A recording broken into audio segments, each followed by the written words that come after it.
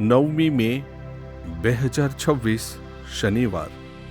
પાઉલને લુસ્ત્રોમાં તિમોથી નામનો યુવાન સાથી મળે છે. એની સુન્નત નથી થઈ.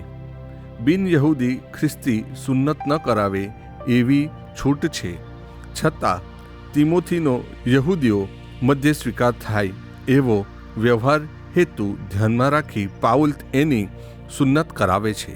કયા શહેરમાં ના જવું એ કયા શહેરમાં જવું એ નક્કી કરનાર છે પવિત્ર આત્મા.